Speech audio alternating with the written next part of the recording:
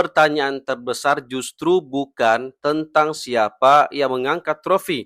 Pertanyaannya adalah mengapa turnamen sebesar ini justru dipenuhi keputusan yang mengundang tanda tanya. Jadwal berubah, venue dipindah di tengah jalan, hingga jeda antar laga yang sangat pendek. Di sisi lain, di tengah segala kekacauan ini, Persib justru tampil semakin matang, bahkan tanpa skuad terbaiknya. Maung Bandung tetap mampu mendominasi. Apakah ini pertanda bahwa Persib benar-benar sudah memiliki identitas permainan yang selama ini dicari? Nah, itu dia. Yuk kita bahas sampai tuntas. Jadi gini teman-teman, Piala Presiden Elite 2006 seharusnya itu ya menjadi etalase sepak bola Indonesia. Turnamen pramusim dengan peserta terbaik semestinya menjadi apa ya, menjadi ajang, menunjukkan kualitas kompetisi nasional gitu ya, baik dari sisi permainan maupun profesionalisme penyelenggaraan. Namun yang terjadi justru sebaliknya. Sejak awal turnamen, publik dibuat bingung loh dengan perubahan jadwal pertandingan. Tidak berhenti di situ aja, venue semifinal dan final pun mengalami perubahan ya kan. Turnamen besar harusnya itu memberikan kepastian bukan ketidakpastian. Yang paling banyak mendapat sorotan tentu adalah jarak antar semifinal dan final yang sangat pendek. Cuma 48 jam loh, gila.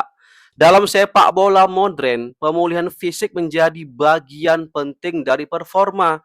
Banyak kompetisi elit berusaha ya memberikan waktu istirahat yang memadai agar pemain dapat tampil dalam kondisi terbaik. Ketika jeda pertandingan terlalu singkat gitu ya, resiko cedera meningkat, kualitas permainan berpotensi menurun, dan tim sulit melakukan yang namanya persiapan taktik secara optimal. Aku melihatnya ya, persiapan penyelenggara ini tidak maksimal, terlalu memaksakan.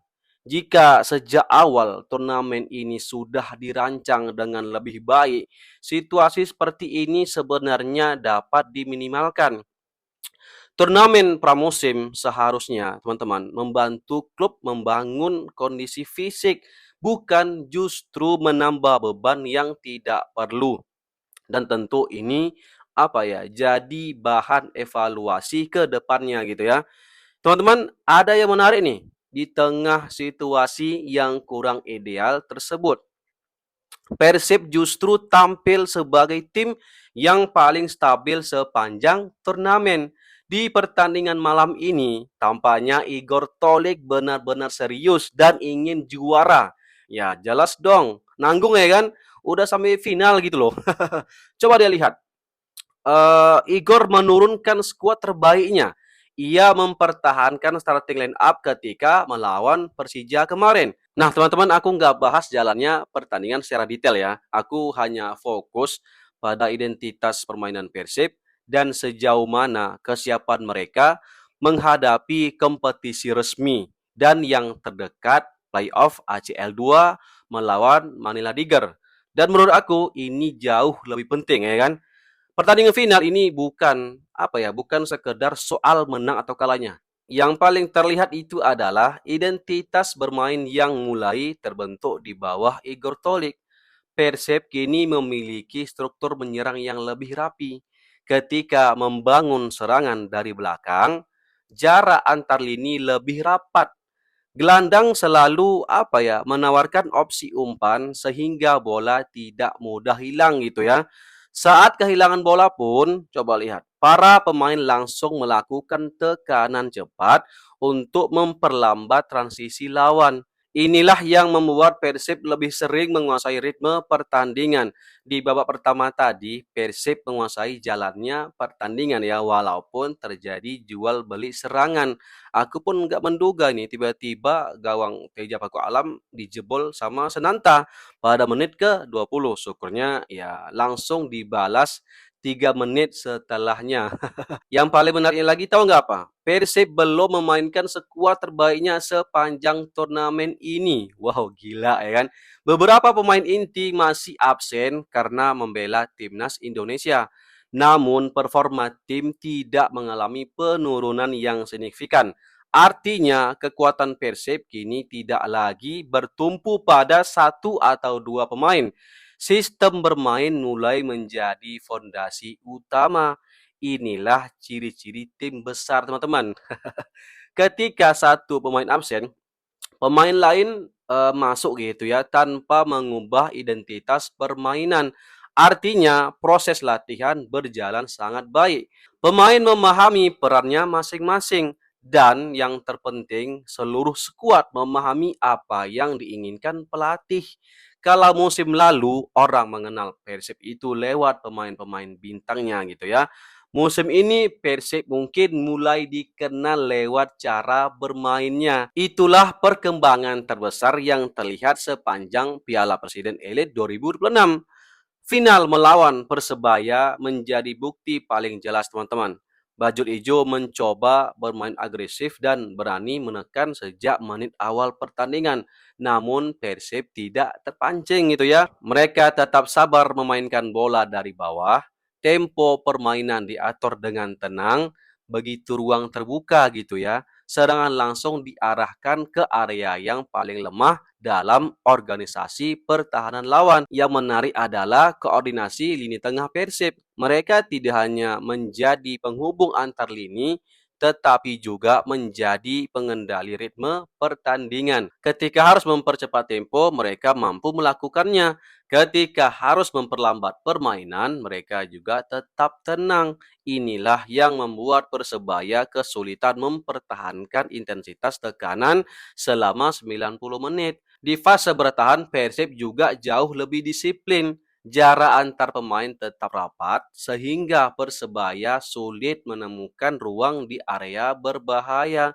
Saat kehilangan bola, transisi bertahan berlangsung lebih cepat dibanding musim sebelumnya. Itulah salah satu perkembangan paling mencolok gitu ya. Persib Bandung kini tidak hanya bagus saat menyerang, tetapi juga jauh lebih siap ketika harus bertahan. Keseimbangan seperti inilah yang menjadi fondasi tim juara. Trofi memang penting ya teman-teman, dan hadiah di Piala Presiden juga gede banget.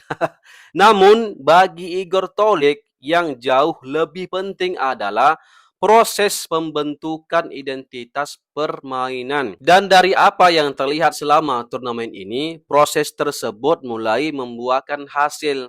Masih ada beberapa aspek yang perlu disempurnakan, terutama efektivitas penyelesaian akhir serta konsistensi ketika menghadapi lawan dengan tekanan tinggi. Tetapi fondasi sudah terlihat kan gitu. Persib kini bermain dengan arah yang jelas. Pemain memahami sistem, rotasi berjalan tanpa menghilangkan kualitas permainan. Dan yang paling penting itu adalah tim tetap tampil dominan meski belum diperkuat seluruh pemain terbaiknya. Kalau identitas permainan ini terus berkembang seiring kembalinya seluruh pemain inti, wah, Persib berpeluang menjadi salah satu tim paling sulit dikalahkan musim ini. Piala Presiden Elite 2026 meninggalkan dua cerita besar, teman-teman. Yang pertama adalah evaluasi terhadap penyelenggaraan turnamen. Kompetisi sebesar ini, membutuhkan kepastian jadwal, venue yang jelas, dan pengelolaan kalender yang lebih baik agar kualitas pertandingan tetap terjaga. Yang kedua adalah lahirnya wajah baru Persib Bandung. Dan ketika sebuah tim sudah memiliki identitas yang jelas, trofi seringkali hanyalah konsekuensi dari proses yang dijalankan dengan benar. Kalau performa seperti ini terus dipertahankan gitu ya, bukan tidak mungkin BRI Super League musim 2026-2027 Persib akan menciptakan sejarah kembali. Gimana pendapat kalian bobotoh? Apakah permainan Persib sepanjang Piala Presiden Elite 2026 ini sudah sesuai dengan apa yang diinginkan Igor Tolik? Kasih komentarnya barudak. Horas. Assalamualaikum warahmatullahi wabarakatuh.